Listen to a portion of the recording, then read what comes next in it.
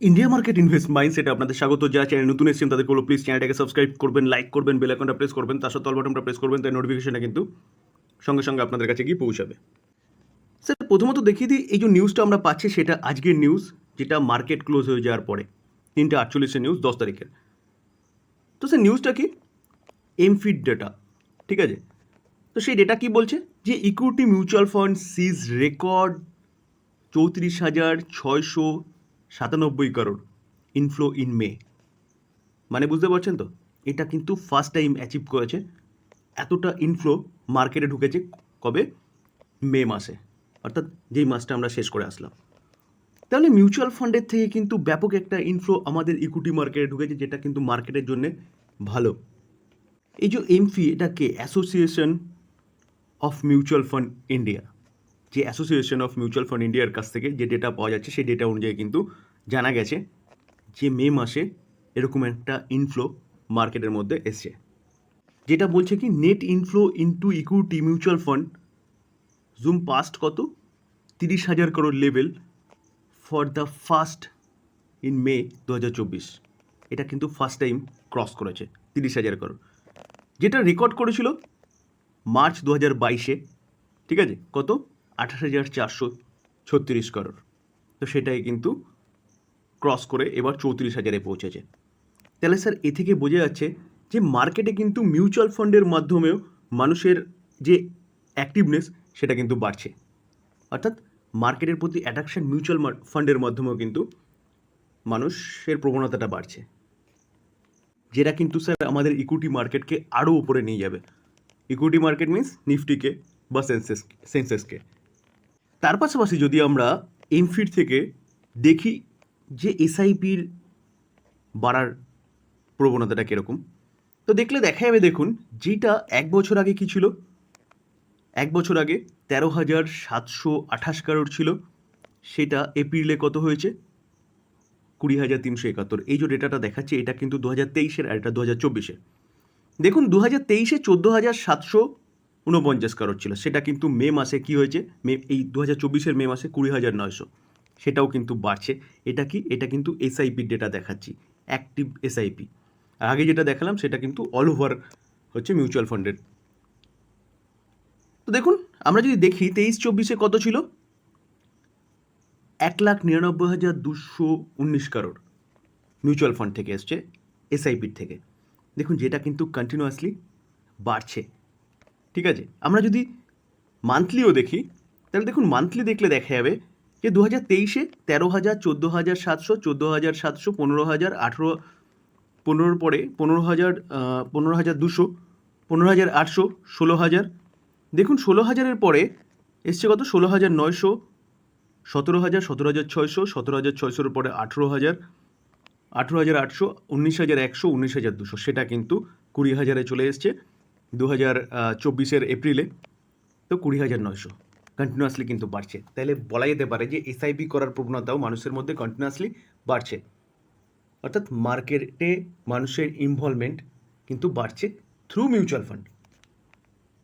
দেখুন স্যার আমরা FY23 যদি দেখি, তাহলে দেখলে দেখা যাবে ডিমেট অ্যাকাউন্ট অ্যাড হয়েছে কত? 25 মিলিয়ন। তো 1 মিলিয়ন যদি আমরা 8,000 সামথিং ধরি, তাহলে 8 বলতে পারেন যে 2 কোটি, কিন্তু 2 কোটি হচ্ছে অ্যাক্টিভ অ্যাকাউন্ট খোলা হয়েছে FY23-তে। FY24-এ দেখলে দেখা যাবে যে সেটা নিয়ারলি বলছে কত? 3.70 করোড় অ্যাকাউন্ট কিন্তু ওপেন হয়েছে। তাহলে আমরা মিউচুয়াল ফান্ডের মাধ্যমেও দেখলাম যে কন্টিনিউয়াসলি মানুষের কিন্তু বাজারের প্রতি আকর্ষণটা বাড়ছে, এবং ডিরেক্টও কিন্তু আকর্ষণটা বাড়ছে। সে ডেটা কিন্তু 2023-2024-এর ডেটা তাই বলছে।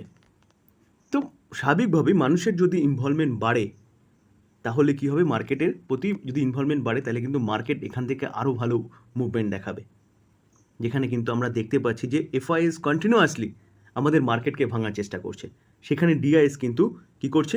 মার্কেটকে হোল্ড করছে বা ধরে রাখছে কন্টিনিউয়াসলি বাই করে। দেখুন স্যার মে মাসে যদি ডেটা দেখি, তাহলে দেখলে দেখা যাবে মে মাসে টোটাল 42,000 কারণ হচ্ছে তারা সেল করেছে, কে? এফআইএসরা। এপ্রিল মাসে 35,000, মার্চ মাসে অনলি ফর 3,000 তারা কী করেছে? পারচেস করেছে।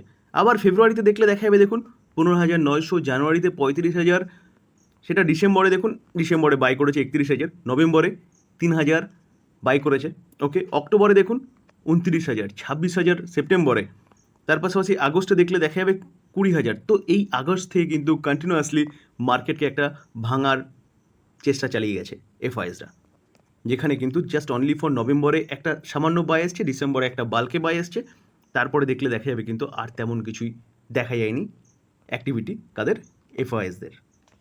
তার পাশাপাশি যদি স্যার আমরা ডিআইএসকে দেখি তাহলে দেখলে দেখা যাবে দেখুন ডোমেস্টিক ইনস্টিটিউশন ইনভেস্টার তারা কি করেছে, তারা কিন্তু কন্টিনিউয়াসলি বাই করে গেছে। দেখুন মে মাসে 55,000 কারোর, এপ্রিলে 44,000 কারোর, মার্চে 56,000 কারোর। তার পাশাপাশি দেখলে দেখা যাবে দেখুন ফেব্রুয়ারিতে 25,000, জানুয়ারিতে 26,000, ডিসেম্বরে 12,000, নভেম্বরে দেখলে দেখা যাবে 12,000, অক্টোবরে 25,000, সেপ্টেম্বরে 20,000, আগস্টে 25,000। তো আগস্ট থেকে কিন্তু কন্টিনিউয়াসলি দেখলে দেখা যাবে যে ডিআইএসটা কিন্তু বাই করে গেছে, যার জন্য কিন্তু স্যার আমাদের নিফটি এতটা উপরে রয়েছে। দেখুন স্যার নিফটিকে দেখলে দেখা যাবে নিফটি চলছে কত, 23,259। যদি নিফটির হাই দেখেন 52 হাই, তাহলে 23,411। তো নিফটি আজকের দিনে কিন্তু 23,411 মেরেছে। তাহলে এফআইএসটা এত সেলিং করেছে, তাও কিন্তু আমাদের নিফটি অল টাইম হাইয়ে চলছে, নিফটি বা সেন্সেক্স যাই বলুন না কেন। কেন? কারণ ডিআইএসের হাত শক্ত হচ্ছে বলে। আগে কি হতো, আগে এফআইএসরা যে কোনো সময় আমাদের মার্কেটকে কিন্তু ভেঙে দিত, ভেঙে দিয়ে আমাদের ভালো ভালো স্টককে নিচে আসতো, তারপরে তারা সেখান থেকে বাই করার চেষ্টা করতো। এখন কিন্তু সেটা তারা পাচ্ছে না, কাদের জন্য, ডিআইএসদের জন্য। ডিআইএসরা কারা, ডোমেস্টিক ইনস্টিটিউশন ইনভেস্টাররা, অর্থাৎ মিউচুয়াল ফান্ড বলুন, ইন্স্যুরেন্স কোম্পানি বলুন, বা ডিরেক্টও বলতে পারেন রিটেল ইনভেস্টাররা বলুন, তাদের হাত শক্ত হচ্ছে, যার জন্যে কিন্তু আর এফআইএসরা পারছে না, আর আমাদের মার্কেট কিন্তু ভালো একটা মুভমেন্ট দেখাচ্ছে। দেখুন 1 বছরে 25%, 5 বছরে দেখলে দেখা যাবে 96%, অলমোস্ট ডবল বানিয়ে দিয়েছে। তো স্যার কেন হচ্ছে, হওয়ার পিছনে কারণ কিন্তু ডিআইএস। তাহলে এখান থেকে আমরা বুঝতে পারলাম যে মার্কেটে মানুষের ইনভলভমেন্ট বাড়ছে, তো সেই জায়গায় দাঁড়িয়ে নিফটি কিন্তু চরচর করে উপরে উঠছে। তো স্যার নিফটি কিন্তু এই জায়গায় থাকবে না, নিফটি এখান থেকে 30,000, 40,000, 50,000, 1 লাখ পর্যন্ত যাবে। তো স্যার মার্কেট রিলেটেড যেসব কোম্পানিগুলো আছে সেই সব কোম্পানিগুলো কিন্তু কয়েক গুণ বা কয়েকশো গুণ রিটার্ন বানিয়ে দেবে। কীরকম, চলুন সেগুলো দেখি। দেখুন বিএসসি, বিএসসি কি, বোম্বে স্টক এক্সচেঞ্জ। তো বিএসসি কোথায় লিস্টেড আছে, বিএসসি কিন্তু এনএসসিতে লিস্টেড আছে। তো এনএসসিও লিস্টেড হওয়ার কথা বলছে, সিবির কাছ থেকে পারমিশন পাচ্ছে না কিছু তাদের টেকনিক্যাল ফল্টের জন্য। তো এই বিএসসি কিন্তু আপনি রাডারে রাখতে পারেন, যদি আপনার মনে হয় যে নিফটি বা সেন্সেক্স এখান থেকে আরও অনেক অনেক গুণ বাড়বে। তো এই বিএসসি কিন্তু মানে সেন্সেক্স বা নিফটি যত গুণ বাড়বে তার কয়েক গুণ বেশি রিটার্ন এই কোম্পানিগুলো দেবে। দেখুন আমরা দেখলে দেখতে পারবো যে কোম্পানিটা দেখুন 1 বছরে কীরকম রিটার্ন দিয়েছে, 366%, 5 বছরে 1199%। আমরা যদি ম্যাক্সিমাম চার্ট প্যাটার্ন দেখি তাহলে দেখলে দেখা যাবে 645%। ঠিক আছে, ওকে, কারণ 2018 পর থেকে কিন্তু নিচে এসেছিলো মার্কেট, 20 পরে আবার মার্কেট উপরে উঠেছিল। তো স্যার এই কোম্পানি নিয়ে কিন্তু আপনি চিন্তাভাবনা করতে পারেন, যেখানে এই কোম্পানিগুলো কিন্তু কোনোদিনও ডুবে যাবে না। তার পাশাপাশি সিডিএসএল, দেখুন সিডিএসএল হচ্ছে সেন্ট্রাল ডিপোজিটারি সার্ভিস লিমিটেড, অর্থাৎ আপনি যে শেয়ারগুলো কিনি সেই শেয়ারগুলো কোথায় জমা থাকে, এই সিডিএসএলের কাছে। তো তখন কিন্তু এই কোম্পানির মানে যত মার্কেটে মানুষের ইনভলভমেন্ট বাড়বে তত কিন্তু এই কোম্পানিটারও ইনকাম বাড়বে, কারণ যত বাই করবে, যত মানুষ ওইটাকে বাই করবে, তত কিন্তু এই কোম্পানির ইনকাম বাড়বে, কারণ কি আমরা একটা সিডিএসএল চার্জ দিই। তো দেখুন তাহলে মার্কেট যদি নিফটি যদি এখান থেকে 30,000 বলুন, 40,000, 50,000, 1 লাখ পর্যন্ত যায়, তাহলে এই কোম্পানিটাও কিন্তু ভালো একটা রিটার্ন তার শেয়ার হোল্ডারদের বানিয়ে দেবে। তো এই কোম্পানি নিয়েও কিন্তু আপনি চিন্তাভাবনা করতে পারবেন, কোনোদিনও কোম্পানিটা ডোবার মতন নয়।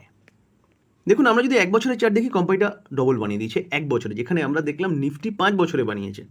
আমরা যদি 5 বছরে দেখি তাহলে দেখলে দেখা যাবে দেখুন 820% রিটার্ন বানিয়ে দিয়েছে।